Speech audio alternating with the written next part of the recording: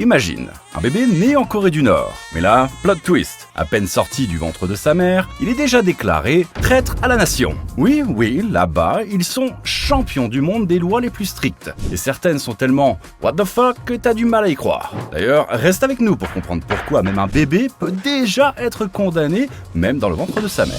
Est-ce que tu sais, par exemple, qu'il est interdit de rire entre le 17 et le 27 décembre dans la capitale, parce que cela coïncide avec la mort de l'ancien leader Kim Jong-il. Du coup, le gouvernement interdit de rire, boire de l'alcool et même faire du shopping. Et selon les rapports, si tu enfreins cette loi, c'est simple, apparemment t'es arrêté et on ne te revoit plus jamais. Pas très compliqué. Les jeans sont aussi bannis car ils sont vus comme un signe de la culture occidentale. Les lunettes de soleil et les robes de mariage blanches sont aussi bannies. Si tu enfreins cette loi, tu risques dans les meilleurs des cas 5 ans de prison. Dans le pire des cas, tu subis la loi Kin qui stipule que tous les membres de ta famille seront punis aussi. Et cela concerne 3 générations, qui veut dire, par exemple, toi, ton père et ton grand-père.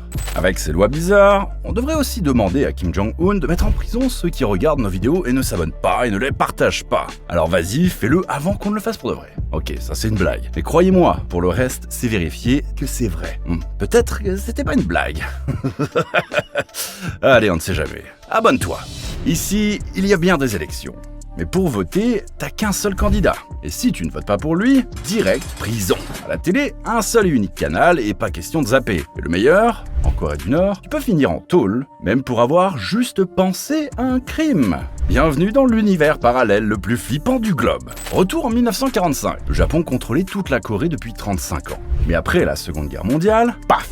Le pays est coupé en deux. Au nord, l'influence soviétique, au sud, les Américains. En 1948, Kim Il-sung prend les commandes et fonde la République populaire démocratique de Corée. Un nom bien long pour un endroit où la démocratie n'a jamais vraiment existé. En 1950, Nord et Sud se tapent dessus dans la guerre de Corée. Mais même après la fin des combats, pas de traité de paix.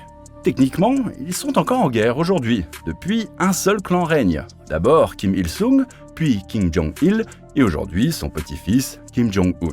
Chaque chef a inventé des lois encore plus strictes que le précédent, juste pour garder la population sous contrôle et éviter qu'elle ne tombe sous le charme de la Corée du Sud ou de l'Occident. Et attention, on parle de règles dignes d'un film dystopique. Exemple, dans le métro, pas de musique, uniquement les discours de la famille Kim. Et silence complet, sinon, sanction. Tu mates un drama sud-coréen ou un film hollywoodien, direction camp de travail. Pourquoi ? Officiellement, pour éviter toute contamination idéologique venue de l'étranger.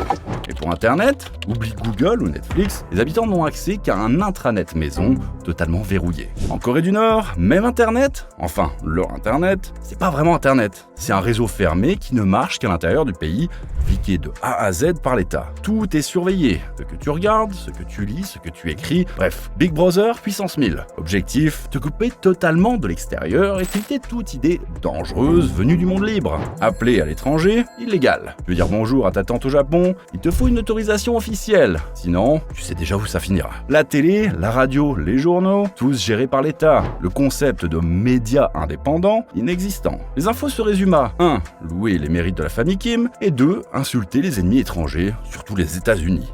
Dès l'école, on t'apprend à détester l'Amérique et ses alliés. C'est presque une matière obligatoire. Et attention, même ta coupe de cheveux, c'est pas toi qui choisis. Il existe une liste officielle de coiffures autorisées. Pas sur la liste, pas sur ta tête. Jeans, cheveux teints, fringues flashy, interdit. Si t'oses, on te confisque tout et en prime, punition. Même ton assiette est sous contrôle. Hot dog interdit, tteokbokki et bulgogi interdit, trop sud-coréen. Voyager d'une ville à l'autre, permis obligatoire. Sans ça, c'est illégal. Et pour quitter le pays, oublie. Le passeport nord-coréen est réservé à l'élite. Aux fonctionnaires proches de Kim Jong-un, le reste du peuple, lui, ne sort pas, sauf en rêve. Maison, terrain, boutique, business, rien ne t'appartient. Tout est à l'État. Toi, tu peux juste l'utiliser, tant qu'ils sont d'accord. Côté religion, zéro liberté. Alors, officiellement, il y a des églises, mais juste pour faire joli devant les touristes et la presse étrangère. Si tu essaies vraiment de pratiquer une religion, direction camp de travail. Et si, par malheur, tu critiques le régime ou la famille Kim, viens carrément habillé express pour le dollar. En Corée du Nord, si tu oses lever la voix contre la dynastie Kim, c'est pas seulement toi qui paye. Non. Ils embarquent toute ta famille. Et pas juste tes parents, ta descendance aussi. Oui. Jusque 3 générations. Autrement dit, si ton grand-père a été déclaré Traître, dans les années 80, toi, son petit-fils, né en 2025, t'es déjà fiché comme ennemi de l'État avant même de savoir marcher. Le but ? Empêcher que le sang de la rébellion ne se transmette un jour, comme si c'était un truc marqué dans ton ADN. Et pour surveiller tout le monde, chaque quartier a ses espions officiels, qui écoutent, observent et rapportent le moindre geste suspect. Le plus fou, tu peux finir en prison non seulement pour un crime, mais aussi pour avoir pensé à le commettre. Si tu as la malchance que quelqu'un balance tes pensées à la police, c'est game over. Dès ta naissance et jusqu'à ta mort, tu participes chaque semaine à des séances d'autocritique devant tout le monde. Tu as vu tes fautes, du style « j'ai caché la faiblesse d'un camarade à l'État »,« j'ai pas assez complimenté Kim Jong-un » ou pire « j'ai trouvé un truc étranger trop cool ». Et là, les autres te critiquent à tour de rôle pendant que tu t'excuses. Bien sympa, non ? Côté élection, oui, voter est obligatoire. Et devine quoi ? Il n'y a qu'un nom sur le bulletin. Tu ne votes pas, t'es un traître. Et pourquoi faire semblant d'organiser des élections ? C'est simple, c'est un test de loyauté. Quand 100% de la population choisit le même candidat, le régime y voit la preuve de son immense popularité ou de sa main de fer, au choix. Le pays a bien une assemblée nationale, la suprême assemblée du peuple. Elle ne décide de rien. Elle se contente de dire amen à toutes les décisions de Kim Jong-un. Chaque citoyen doit apprendre par cœur les 10 principes idéologiques du régime. Et attention, si tu bégayes en les récitant, t'es considéré comme un traître. Ces 10 points citent tous, sans exception, le nom de Kim Il-sung. La télé, verrouillée sur les chaînes officielles. Changer de chaîne est illégal. Et les téléviseurs importés sont modifiés pour bloquer les signaux étrangers. Même tes loisirs sont sous licence. En Corée du Nord, pour avoir un vélo, il te faut un enregistrement officiel, une plaque d'immatriculation, passer un test de sécurité routière et obtenir un permis. C'est pas aussi simple que chez toi où il suffit d'aller au supermarché et tu sors direct avec le vélo de ton choix. En Corée du Nord, oublie les vêtements avec des logos, slogans ou drapeaux étrangers. Interdit. Pour le régime, c'est la contamination culturelle. Ici, on ne jure que par l'identité nord-coréenne pure et dure. Ce n'est pas réservé qu'aux habitants. Même les touristes doivent suivre les règles au millimètre. Si tu visites le pays, tu es constamment accompagné d'un guide officiel. Impossible d'aller où tu veux. Tu ne vois que les lieux validés par le gouvernement. Parler librement avec un local, oublie. Prendre une photo au hasard dans la rue, interdit. Et si tu veux interviewer un habitant, il faut l'autorisation express de ton guide. Côté technologie, oui, tu peux avoir un téléphone ou un ordinateur, mais attention, clé USB, carte SD, mémoire de ton portable, tout est régulièrement fouillé. Si on trouve du contenu étranger, sanction immédiate. Là, accroche-toi. Il existe un système ultra inhumain appelé Songbon. C'est ce truc qui décide de ta vie dès ta naissance. Ton statut social est fixé selon l'historique politique de ta famille. Il y a 3 classes, Core, Wavering et Hostile. Core, c'est les VIP du régime. Leurs ancêtres ont participé à la révolution de Kim Il-sung ou combattu pendant la guerre de Corée. Ce sont les super loyaux. Job haut placé, droit de vivre à Pyongyang, voiture de fonction, la belle vie. Wavering, la classe moyenne locale. Leurs ancêtres étaient ouvriers ou fermiers, ni trop bons ni trop mauvais aux yeux du régime. Ils ont accès à quelques privilèges, mais rien de fou. Hostile, les damnés du système. Leurs ancêtres pratiquaient une religion ou avaient des liens avec la Corée du Sud. Résultat, considérés comme traîtres à vie. Eux héritent des pires boulots. Mines, travaux forcés, nettoyage, et aucun espoir de grimper l'échelle sociale. En Corée du Nord, même l'électricité, l'eau et le gaz, c'est au compte-gouttes. Tout est rationné et surveillé comme du lait sur le feu. À partir de 17 ans, tout le monde, hommes et femmes, doit faire 10 ans de service militaire obligatoire. Oui, 10 ans, pas un de moins. Quand un membre de la famille Kim meurt, ou chaque anniversaire de la mort de Kim Il-sung ou Kim Jong-il, pleurer est obligatoire.